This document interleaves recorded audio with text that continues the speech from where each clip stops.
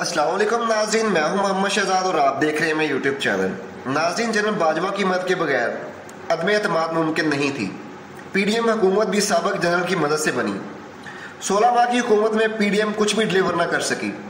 16 माह में सिवाय केसेस खत्म करवाने के कुछ ना हुआ। पीडीएम हुकूमत के अहम इत्तेहादी फट पड़े। डॉन न्यूज़ को इंटरव्यू देते हुए पीडीएम के अहम इत्तेहादी सरदार अख्तर मैंगल ने एतराफ़ किया, पीडीएम हुकूमत ने वादा किया था कि पीडीए को बुलडोज करना है, लेकिन हम बुरी तरह नाकाम हुए। जो नफरत हम पीडीए के खिलाफ पैदा करना चाहते थे वो भी हमारे हिस्से में आई।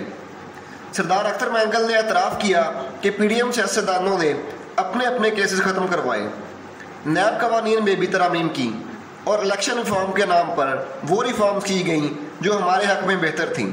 जनरल बाजवा के इमरान खान के साथ इख्तलाफात ना होते तो हम कभी भी अदम इस्तेहकाम नहीं ला सकते थे।